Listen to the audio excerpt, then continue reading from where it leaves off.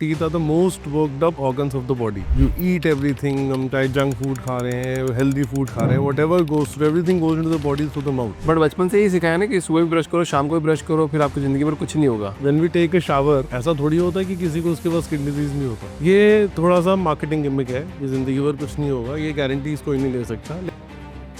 Dentist बनना सबसे easy है कि डॉक्टरी के अंदर हर एक गली में कम से कम भी 15 से 20 डेंटिस्ट ही होंगे।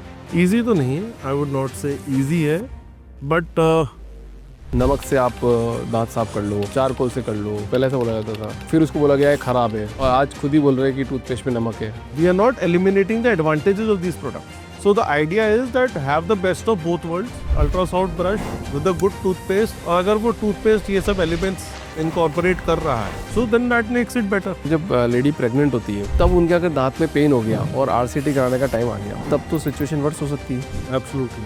तो क्या करना चाहिए इस केस में sir? So when a woman is conceived, the only safe zone is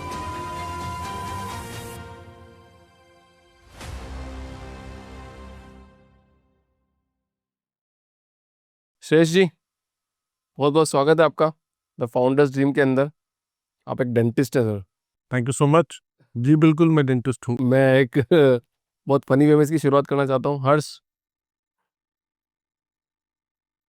मेरे को बताओ सर, ये है टूथपेस्ट, जी ये है सॉरी ये टूथपेस्ट नहीं, ये टूथब्रश और ये टूथपेस्ट। बिल्कुल। इसको बेचारा मैं 35 साल से कंटिन्यू कर रहा हूँ, फिर भी पीछे के 4 दांत खराब हो गए। तो इनका क्या रोल है जिंदगी में बताओ, क्योंकि हर इंडियन के पास ये है। एक बार बताओ, when we take a shower, ऐसा थोड़ी होता है कि किसी को उसके पास किडनी डिजीज नहीं होता। होता है ना, कुछ ना कुछ प्रॉब्लम हो सकती है। आपका जो माउथ या ओरल कैविटी है, that is the maximum used organ in the mouth, in the body. आप anything you breathe, lot of people breathe through the mouth apart from the nose. You eat everything, हम चाहे junk food खा रहे हैं, healthy food खा रहे हैं, whatever goes through, everything goes into the body through the mouth. So that means the teeth are the most worked up organs of the body. And of course उनके अंदर भी issues हो सकते हैं। ये तो बेसिक हाइजीन है जो हमने मेंटेन करनी है।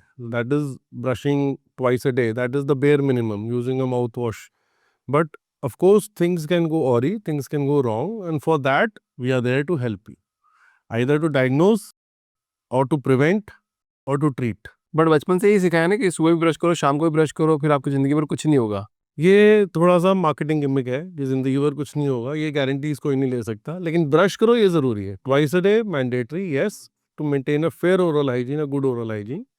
कई बार आपके दांतों की सिचुएशन ऐसी होती है नेचुरली कि उनमें फूड लॉजमेंट्स होती हैं, डिपॉजिट्स होते हैं, which can lead to complex problems later on if not diagnosed in time. तो इसलिए कहते हैं 1 in 6 months checkups are important, ताकि कोई भी प्रॉब्लम शुरू हो रही है उसको इंसिपिएंट स्टेज पे ही हम पकड़ लें, and we can treat it with the minimally invasive procedures. अगर उसको डिले करते रहेंगे then it becomes a problem keeps getting bigger. So tooth is the only part of the body which can not heal itself. अगर आपको skin पे cut लगेगा, it will heal with a scar, अगर आप नहीं भी जाओगे सर्जन के पास ट्रीट कराने। Even if you have a fracture of the bone and if you don't go to the hospital, it will somehow heal. शायद क्रिकेट हो जाएगी part of the body, like टांग में अगर फ्रैक्चर हुआ है तो थोड़ी टेढ़ी जुड़ जाएगी, लेकिन अ tooth once it starts to decay will never ever heal itself, it will only progress. So that is the basic fundamental that all of us as individuals need to understand. That is why it is important for you to have regular checkups apart from maintaining your regular hygiene. पर मुझे लगता नहीं कि India में सिर्फ कुछ अमीरों को छोड़ के कोई इंडियन वो डेंटिस्ट चेकअप के लिए जाता होगा। हाँ, इंडिया में culture is still developing, I would say, for people to understand the importance of dental health. But we have improved leaps and bounds from where I see, where when I started 15 years ago, 16 years ago to till today, there has been a paradigm shift in the thought process of people. Not only in the rich, सिर्फ अमीरों में नहीं, even in the middle class, upper middle class, even for people, now those who don't belong to the elite, वो भी अपने बच्चों का ख्याल करना चाहते हैं, because to ensure कि their children maintain good hygiene. So it has definitely brought in a lot of awareness of the last, let's say 2 decades, and but we still have a long way to. But India में कितने % लोग होंगे मतलब जिनको dental care पे जाना होगा ही होगा, मतलब जाना पड़ता ही है, चाहे वो रूट कनाल हो, चाहे वो आर्ट्स मतलब चाहे वो एक्सट्रैक्शन हो, सो डेंटल केयर तो every individual needs, every individual. मतलब अ चाइल्ड, जब उनका बच्चे का पहला दांत निकलना शुरू होता है, that should be the first dental visit for a child, and after that a regular checkup. So dental care everyone needs. How many people get it done, that's a question. That's a data which needs to be really analyzed, but I would not put it more than maybe 20 to 25% of people who go voluntarily for a checkup, and I might be putting out a higher number right now. जैसे RCT इतना popular क्यों हो गया है? और RCT से ऐसा बोला जाता है हार्ट अटैक की प्रॉब्लम भी आ जाती है अगर आप अपना दांत पूरी वेन्स खत्म करवा देते हो तो। RCT is not a popular thing because it is not an elective treatment. RCT is a mandated treatment. मतलब RCT इसलिए कराना है क्योंकि दांत उस स्टेज पे जा चुका है कि हमें वो प्रोसीजर करना पड़ेगा, नहीं तो it will only get worse. So RCT और रूट कैनाल ट्रीटमेंट तब होता है जब the cavity of a tooth become so deep कि अंदर जो नर्व सप्लाई और ब्लड सप्लाई है वहां तक डिके पहुंच गया। सो टू ना, अब दांत तो लेट्स से इतना खराब हो गया, अब दो ऑप्शन है, या तो उसको निकाल दे या हम उसको रिटेन कर लें ट्रीट करके। अगर हम उसको निकाल देते हैं, you losing out on a natural sore, natural organ, right? तो हम RCT से उसको ट्रीट करके we save the tooth so that it continues to function. चाहे वो पीछे का दांत हो तो आपको खाने के फंक्शन में it will keep helping. If it's front tooth then aesthetics को वो मेंटेन करके रखेगा। So that is root canal treatment or RCT. Why has it become common? Because people have become aware, or a lot of people had to undergo that treatment. क्योंकि वो दांतों को initially अगर normal cavity होती तो normal filling हो जाती, ठीक हो जाता, but because we kept neglecting it, तो वो लाइक आई सेड अर्लियर कि tooth can not heal itself, तो वो बढ़ता गया। Once it reaches to the depth of the pulp tissue और the living tissue of the tooth, it causes you severe pain, it causes you severe sensitivity to heat and cold. Once that starts to come in, that is the time you need that treatment. So RCT, because इतने लोगों का हो गया, तो it has become a prevalent term for people to use. कि it is a very common thing. No, it is only mandated thing. Elective नहीं है कि कोई भी कुछ भी दांत में कराना हो तो RCT हो जाएगी, नहीं, that's not the case. Right, but एक सवाल यहाँ पे आता है, मान लो एक आरसीटी आपने करा ली, तो वो जो दांत है अपने अंदर से तो उसको होल करके पूरा अपने उसमें कुछ वेन्स, नकली वेन डाल दी और कर दिया, बट तो जो दांत बचा है अभी वो तो बॉडी के साथ अटैच है ना, सिर्फ वो तो सड़ जाएगा थोड़े सालों में। जितना दांत का डिकेड या सड़ा हुआ पार्ट होता है, अगर हम उसको क्लीन करके उसको वापस हम फिलिंग से रिस्टोर करके वी डू अ क्राउन और a cap on top of it, so we have covered the defect and given it the reasonable amount of strength to continue to function. अगर हाँ दांत का कोई भी पार्ट जो हमने ट्रीट करा है उसमें फिर भी डिकेड पार्ट या अफेक्टेड पार्ट रह जाएगा, और उसके time we are not careful about that when we are treating it final closure से पहले या फाइनल कैप करने से पहले, then of course it will continue to decay. आपको पेन नहीं होगा if RCT is done well, but दांत अंदर से सड़ता रहेगा, ultimately will lose the tooth. Ultimately जाके निकालने पड़ेगा। तो आरसीटी की कितना लाइफ कितना है? And a well done RCT will last a life time. Life time? Yes, no, yeah absolutely. अगर there is no secondary decay happening, the tooth will last a life time. तो बहुत अच्छा scenario हो गया ना, कि मतलब कि बहुत अच्छे सिनारियो में सब कुछ अच्छा हुआ तो रहेगा। सबको बाकी चांसेस कितना है, मतलब 20 साल, 10 साल, 15 साल? अब इट डिपेंड्स। अब आपका अगर you getting it done at the age of let's say 40-45 and I'm putting a ballpark of at least 20 years. So I have patients since the time of my practice till today who are going on successful with the RCTs and crowns. तो ये तो मैं personal data आपको दे सकता हूँ. I can assure you that. Point is, my caveat there is if it is a well done, well planned procedure. तब रह सकता है अच्छा खासा। बिल्कुल। अच्छा सर, आप डॉक्टर है तो थोड़ा सा एक प्रिस्क्रिप्शन लिखोगे छोटा सी, हल्का सा, कुछ लिखूं? कुछ भी लिख दो आप, कोई भी दवाई का नाम लिख दो, कुछ भी लिख दो, असली डॉक्टर की हैंडराइटिंग में लिखना। मेरे को दूसरी आती नहीं ना। There you go. बहुत बढ़िया सर। सर ने मेरे लिए एक प्रिस्क्रिप्शन लिखा है, अब देखो मैं कैमरे में दिखाता हूँ, ठीक है?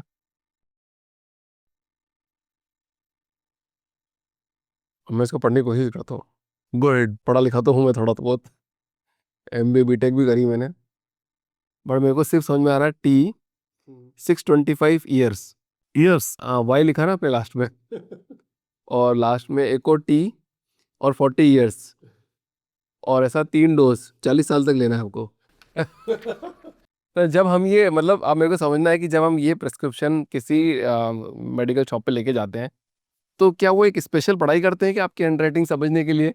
इतनी बुरी मेरी हैंडराइटिंग है नहीं जितनी तुम शो कर रहे हो वैसे, बट प्रिटी अंडरस्टैंडेबल। सी अब हमारे को ना it can be a very personal thing, but मैं आपको बताता हूँ मेरी हैंडराइटिंग ऐसी क्यों है। Because when we are studying ना, so we have two answer sheets होती है ना हमारी, जो एग्जाम्स लिखते हैं, तो lot of it has to be accommodated in that frame of 3 hours. जो क्वेश्चंस आते हैं हमारे शॉर्ट क्वेश्चन आंसर्स होते हैं, then we have essays to write in in one exam, right.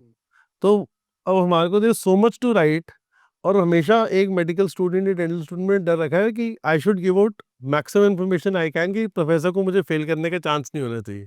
So we trying to add on maximum, तो उसके अंदर आप लिखते जा रहे हो लिखते जा रहे हो। So of course when you are going on a speed, it becomes your it becomes a part of your life. तो आपकी अब राइटिंग या तो आप कैलीग्राफी कर लो या स्पीड पे कंटेंट लिख लो। सो आई थिंक ये मेरे लिए, तो मेरे को लगता है कि वहां से आया कि we are such a hurry to write in that exam, तो वो that becomes a part of a blood stream, it is a part of our habit कि हम फटा। और केमिस्ट बेचारे, उनको अब उन्होंने अगर अपनी सेल्स करनी है तो उनको समझनी तो पड़ेगी, राइट। मतलब उनके लिए एक नई चीज हो गई है, मतलब ये तुमको करना ही, ये स्किल हो गई उनके लिए। नहीं वैसे things have also improved with the new regulations coming in, because not just the name of the medicine, but we also write the composition of it, so that it is easier for the patient to assess, क्योंकि अगर कोई medicine एक जगह नहीं मिल रही, so they should not have to keep running around to different places. So if there's a similar salt available of a different brand, it doesn't matter to us. तो अब वो थोड़े चेंजेस हो गए हैं, तो that has probably helped, and now we are actually typing out prescriptions as well, makes it life easier for us as well as for them. So जितने भी डॉक्टर हमको देख रहे होंगे, डॉक्टर फाउंडर देख रहे होंगे, समझ गए होंगे यार, हाँ देखो हमारी भी राइटिंग ऐसी इसलिए ही है क्योंकि हमको लिखना भर भर के पड़ता है। yeah, we need to write a lot during our examinations. Yes. तो श्रेष्ठ एक बात बताओ कि डेंटिस्ट बनना सबसे इजी है क्या डॉक्टरी के अंदर? क्योंकि आजकल देखा जा रहा है तो सब डेंटिस्ट बने जा रहे हैं, मतलब हर एक गली में कम से कम भी 15 से 20 डेंटिस्ट ही होंगे। इजी तो नहीं है, I would not say easy है, बट सी व्हेन आप जब एजुकेशन लेते हो ना, it has to be informed decision that you make. Unfortunately not many people do that, और जैसा हमने बोला, people do feel that it is comparatively easier to be a dentist rather than any other. If you do MBBS, it's 4.5 years, a little more elaborate, but dentistry in no way is less elaborate when we talk of the education part of it. There are a lot of dentists, no doubt, because beach mein there was a boom in which we had a lot of institutes, a lot of students getting into dentistry, because Indian population demands that. We are over 1.4 billion today, and the number of dentists are still very less. If we calculate it as per the population, we don't even have one dentist probably for 10,000 people in the country, which is, so there is enough work for everybody. The point in case remains that people, after their graduation or something, they tend to start practicing, right? So, and a lot of people want to remain into the urban cities, right? Because of course opportunities are bigger and better. That's the presumption. Then people move to tier 2. So still I would say, from tier 4 cities onwards to the rural areas, not many people are very happy settling out there, because it is also dentistry is also a procedure which is a lot of acumen, which a patient might not realize right now, but a doctor knows that how much effort is being put into, to get that result, the desired result that is there. So that is the reason why we see so many clinics in the urban areas, because people want to cater to the population who is going to value their services more, as compared to when you go to a rural area, because then the step is again to start at the primary level, to start educating people, to get them to understand the value of what dentistry is. It is a time taking process, and today everybody is in a little bit of a hurry to launch themselves in lives. नहीं, मैं तो सारे dentist को salute करता हूँ, क्योंकि देखो मैंने तो ये पेन सहा है, 4 बार रूट कनाल कराया है और 2 बार मेरे वो पीछे के जो होते हैं ना विजडम टूथ, उनको निकाला है। अब वो क्या हो गया था, ऐसे अंदर की तरफ फंस गए अंदर पूरे। तो अब डर तो बहुत लगता है ना कि यार निकलाएं तो कैसे निकलाएं क्या है, पर बहुत पेन कर रहा था। तो जिस भगवान डॉक्टर के पास मैं गया तो मैंने बोला यार सर आपने मेरा दांत निकाल दिया, थैंक यू सो मच। बोला यार अभिषेक ये तो मैं तो सिर्फ निमित्त मात्र हूँ, मुझे नहीं पता यार, देख मैंने 5,000 से भी ज़्यादा लोगों के दांत निकाले हैं, आज तो कोई गड़बड़ नहीं हुई, पर निकाल दिया मैंने। अब पता नहीं मैंने पिछले जन्म में से क्या काम किए थे कि मैं आज डेंटिस्ट बना और ये सब भी मैं काम कर रहा हूँ और तुम्हारा पेन को सॉल्व कर रहा हूँ, मतलब जो तुमको इतना सारा पेन हो रहा था। तो ये अपने आप में एक टफ जॉब है, मतलब अगर आपका थोड़ा सी टुकड़ा रह गया या फिर एक नर्व कट गई तो मतलब पूरी ज़िंदगी ख़राब हो सकती है, मतलब एक छोटी सी मिस्टेक से। तो मैं तो सैल्यूट मारता हूँ सारे डॉक्टर्स को जितने भी डेंटिस्ट वाले हैं, और ग्रेट जॉब कर रहे हैं। मतलब इतना पेन होता है ना यहाँ से लेकर यहाँ तक, जिसको दांत का पेन हो रहा होगा ना वो समझ जाएगा और कमेंट में लिख देगा भाई यार ये तो बहुत खतरनाक पेन है। On a lighter note, they say कि it is either the most difficult pains are one a woman endures during labor, and the second is the pain of the teeth. It can be as bad. मतलब people cannot sleep at night, and I have had so many cases where we need to come in early because रात को वो इतने परेशान रहे, and it is even more stressful for a person who's into the senior citizen bracket because that can lead to a medical situation being precipitated. किसी को वो इतने डिस्ट्रेस में होते हैं कि कई बार it leads to another complication of a medical complication which is even more dangerous. So that is why we come to the basic moot point कि why regular checkups are mandated. Absolutely right. तो sir मतलब अपने इतनी बात करें कि मतलब easily बन जाते हैं या फिर मतलब बहुत मेहनत भी करनी पड़ती है, तो आप इस पर्टिकुलर सेगमेंट में क्यों आए? So mine is a family of doctors. पूरा family? Yes. So my father is a physician, my mother is a dentist, I'm a second generation dentist. My sister is also a pathologist. So मेरे घर में हमेशा माहौल तो medicine side का ही रहा है. It's always been there like that. So it was an automatic inclination towards the medicine side of it. Choice was to make, choose between dentistry or a medical side.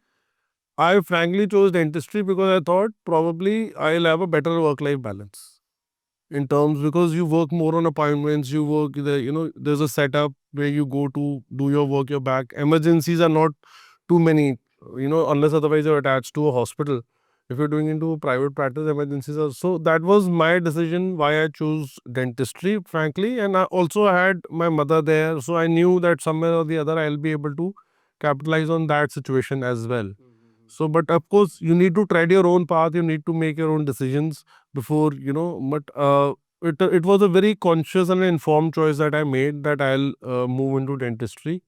Although when I was a little younger, I used to think of cardiothoracic surgery and open heart surgeries. I want to be a cardiothoracic surgeon. But then I thought, ki, let's have some fun in life, be a dentist.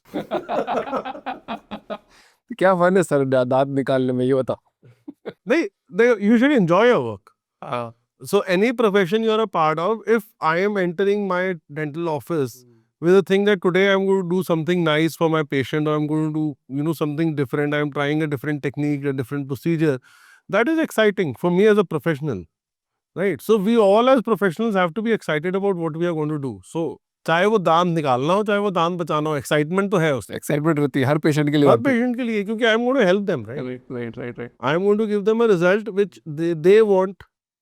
That's the belief they start with, and that's the confidence I start with. So it is exciting. ऐसे पहले तो ऐसा हुआ करता था ना, जैसे anaesthesia था, इंजेक्शन लगता था, और आजकल तो स्प्रे आ गया, पहले स्प्रे लगाओगे देन उसके बाद में वो इंजेक्शन दे दें। तो कभी कोई ऐसा पेशेंट आया आपके पास में, स्ट्रॉन्ग पेशेंट, आपने उसको स्प्रे नहीं दिया और डायरेक्ट इंजेक्शन लगा दिया, बाद में उसने आपको बोला हो सर आपने तो स्प्रे लगाया नहीं था, डायरेक्ट इंजेक्शन घुसा दिया? देखो कई बार ना वेटरन्स इन प्रोफेशन होते हैं, दे वेटरन्स इन पेशेंट्स आल्सो, जो बहुत कुछ करा चुके हैं. सो दे आर कॉन्फिडेंट कि हम करवा लेंगे. There are some who are new, there are some lot of people who are very anxious about it. Ki anesthesia, needle, people are scared of needle pricks, right? So it is a lot of counseling which goes into it just to do that prick. तो spray और no spray, local gel लगाना और no local, but everything is on the mind of a patient. So spray helps. So we prefer to do that for every patient. But some of the patients are very confident, नहीं doctor साहब, you can go ahead with it. I don't need, उससे नहीं, मेरे को वो मत लगाओ, मैंने बहुत लगवाए हुए injection, I'm okay with it. So it is, everything is patient dependent. We have to be prepared to manage every kind. Sometimes before the treatment we spend only 30 minutes just to talk and counsel the patient. And sometimes the patients are so ready with the treatment that it is hardly 5 minutes of a conversation before we get them to sit on a chair and start the treatment. So every patient is different, and every patient gives you a very good learning experience. क्या learning experience रहता है जैसे? Some patients will teach you how to actually convince them on why are you doing this treatment to them. a patient, and some patients are already so aware of the treatments that they will have an open discussion with you कि वो आपको treatment options बताना शुरू करेंगे thanks to Google कि मैं ये करवा सकता हूँ, मैं ये करवा सकती हूँ कि नहीं करवा सकती. So it's a learning experience for me that tomorrow, as we are advancing in this age of tech, so people are going to be aware, and I need to be ready with those kinds of answers so that I can tell them that this is what value I'm adding to you, why I'm saying this and not agreeing to your side of it. Today if we tell ना, पहले ज़माने में होता था doctor साहब ने कह दिया कि ये होना है, करवाना है करवाओ, नहीं तो जाओ. Today it has to be a two-way conversation where they understand the value that you're putting in. And then they are with you for life. मैं भी मेरे डॉक्टर से यही पूछा था. मैंने कहा आप बताओ पहले, सजेस्ट करो, ये कर सकते ये कर सकते. बोले देखो ऑप्शन दोनों है अभिषेक, और मैं सजेस्ट करूँगा. तो अब वो डॉक्टर के सजेशन भी तभी मानना चाहिए जब आपको पता चले कि डॉक्टर एकदम जेन्युइन है, सब कुछ सही है. क्योंकि बहुत बार ऐसा होता है, एक एग्जांपल ऑफिस शेयर करता हूँ, मैं बार-बार कर रहा था कि एक बंदा है जो स्किन का ट्रीटमेंट करता था, एक डॉक्टर. शायद दिल्ली की कोई घटना है, पेपर वेपर सब जगह पे फैल रही थी अभी. पुख्ता नहीं, बट ऐसा न्यूज़ में आ रहा था कि मैं कोई वेरीफाइड नहीं है मैंने, बट वो न्यूज़ में ऐसा आ रहा था. तो एक बंदे ने उसको पूछा कि यार तुम मेरे ट्रांसप्लांट कर दोगे, हेयर ट्रांसप्लांट? उसने बोला हाँ, हाँ, हम करते हैं. बोला हाँ ठीक है डॉक्टर साहब कर दो. तो हेयर ट्रांसप्लांट किया तो उसको कैंसर हो गया. It was in the newspaper, and I think कुछ cases में ऐसा भी हुआ, people have lost their lives secondary to the treatment.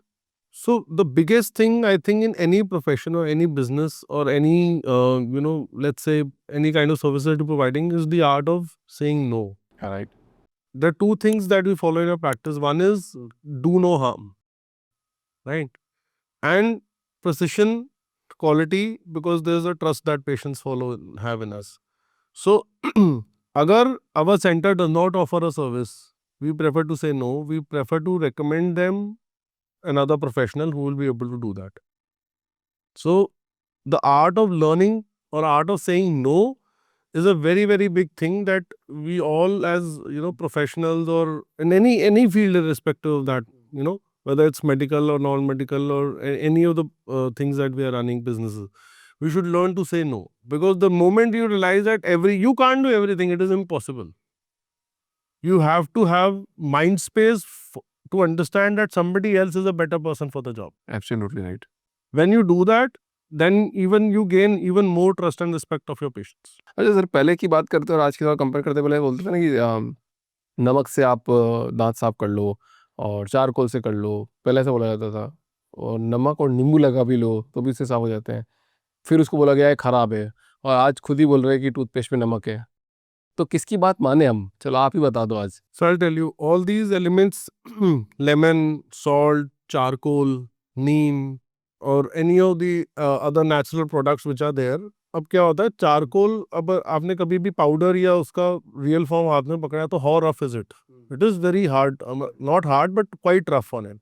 अगर आप वो सोचो, उसको आप अपने दांत पे डायरेक्टली रब करोगे, so how much of a damage it can cause to the tooth, because दांत is not insulated from any damage as such.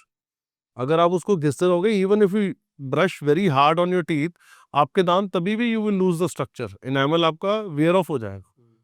अगर आप सोचो ये ब्रश से हो रहा है, अगर हम चारकोल या नीम का दातुन कॉन्स्टेंटली, नीम का दातुन इज ऑल्सो स्टिक, वो जो बाद में उसकी शेप हम देखते हैं, दैट इज बिन बिकॉज उसको आप चबाते रहे तो उसकी वो शेप एकदम फैल सी गई.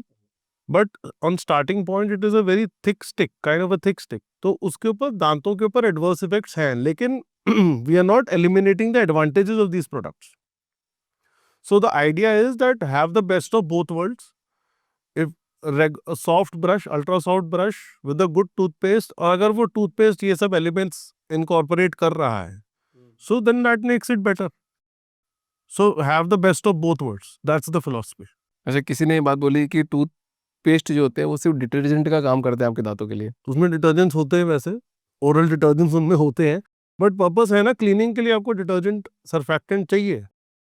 सो ऑफ कोर्स उसमें होते हैं वो, but it is not that. They have a lot of elements. उसमें फ्लोराइड होता है, उसमें क्लीनिंग एजेंट्स होते हैं which are there to remove plaque. Correct.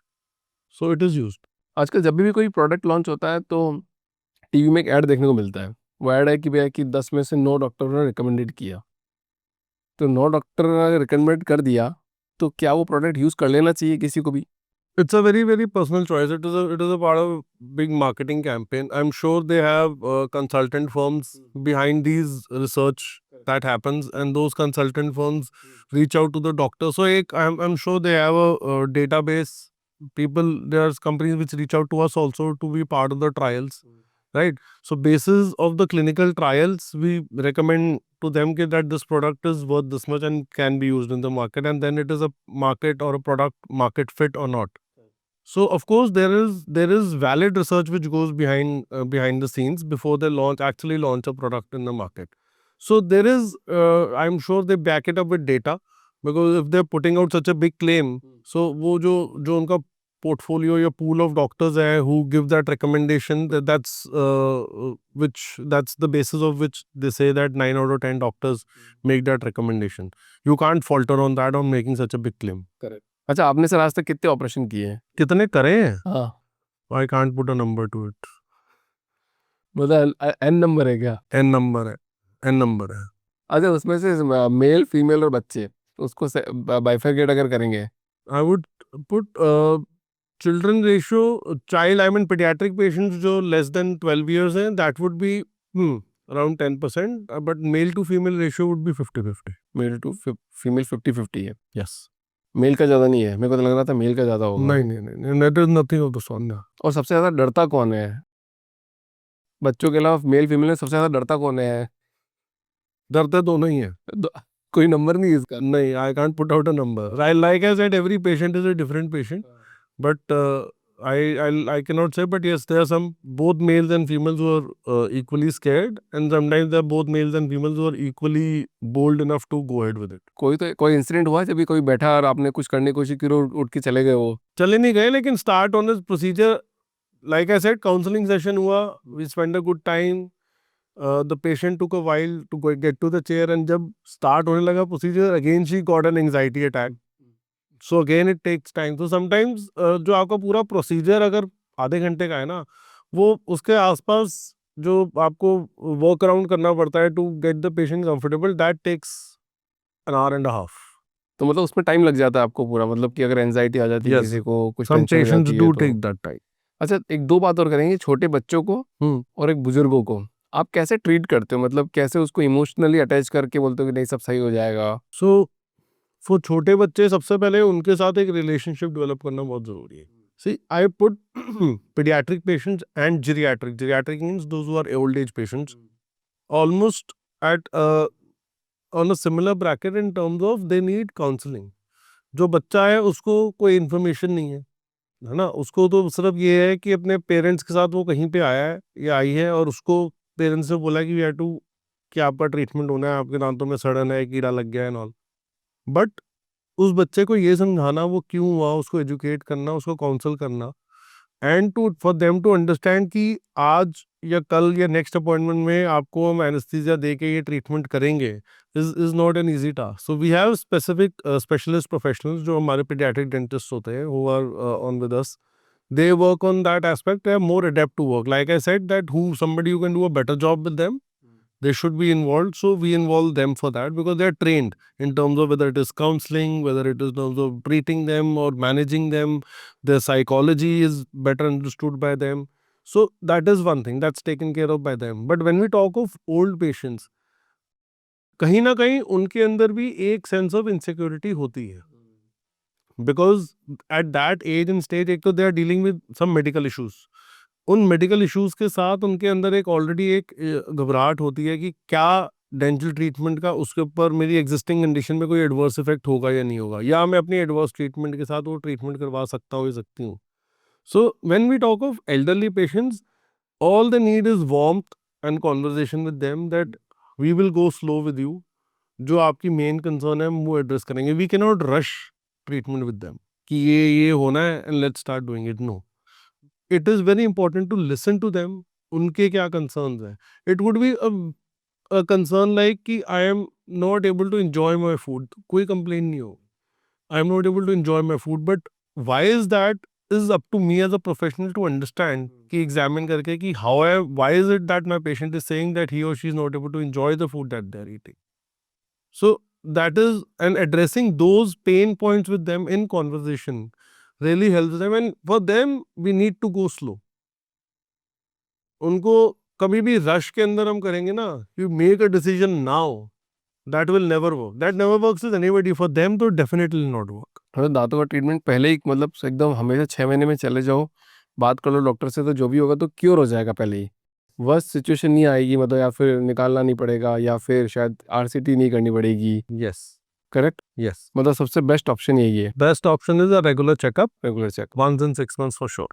मतलब I think US abroad countries में यही होता है राइट, कि वो पहले ही चेकअप करा के रखते हैं, क्योंकि बहुत डेंटिस्ट्री ट्रीटमेंट बहुत एक्सपेंसिव है, ऐसा सुनने को मिलता है। Yes. Dental treatment abroad is very, very expensive, and it is they have their healthcare plans which work in a way कि उनका once in 6 months checkup हो ही जाए. So once in 6 months checkup, cleaning and all that happens as a part of their healthcare plan as such. So otherwise, yes, they are very expensive abroad. अच्छा, बच्चों को इतना जो treatment करते हैं sir, तब उनको इंजेक्शन देते होंगे, देते हैं 10, तो वो कैसे मैनेज होता है, क्योंकि वो तो एकदम मुंह बंद कर लेते होंगे या कुछ करते होंगे, तो how that works? So now there are techniques. There is laughing gas, आपने सुना होगा, conscious sedation होती है जिसमें हम अगर तो बच्चा compliant है, some children are also compliant, then may not be a very big number, but अगर वो compliant and they are able to understand with the counseling of the professional as well as the parents, then it is easier to work on them. But अगर कुछ ऐसा बच्चा है जिसको anxiety है या who is not able to cooperate, then we have sedation techniques for them. The child is pretty conscious, absolutely conscious, but or other I would say that they are in a subconscious state where they understand everything. We give them that laughing gas or conscious sedation के लिए gas देते हैं, so that they become more compliant, they calm down, we work on them, and as soon as we remove the gas from their nose, they are back to their normal self. नहीं तो जब injection देते हैं उसके पहले ही laughing gas देते हैं, हाँ। तब उनको पेन नहीं होगा? नहीं, पेन होगा, but they will understand you.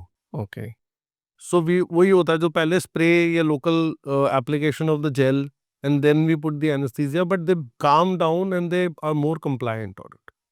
So in dentistry you need compliance of a patient for treatment, and once anaesthesia is in place then it is very easy, then they don't have any issue on that.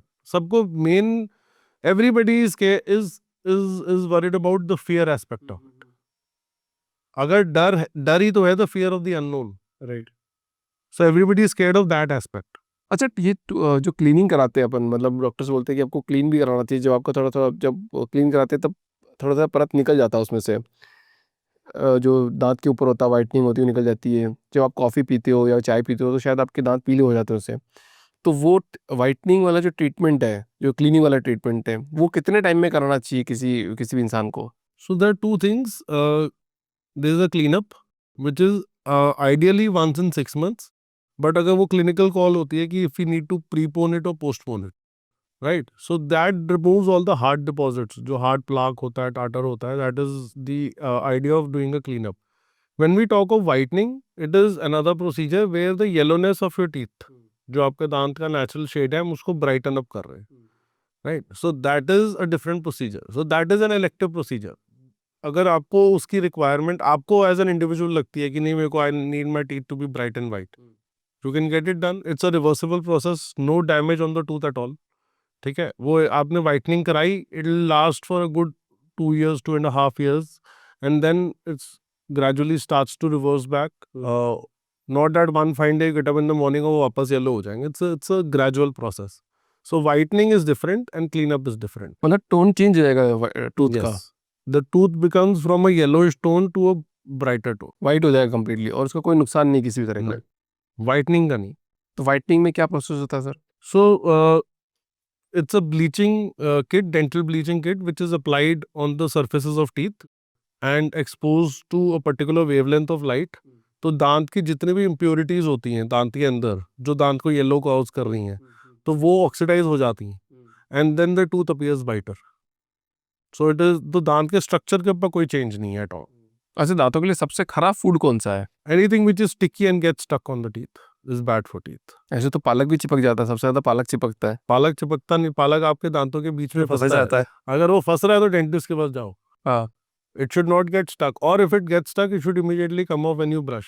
Anything like sticky foods, like anything, the processed foods like corns and जो processed chips वगैरह होते हैं, so they tend to get stuck on the grooves of your teeth. जो surface है.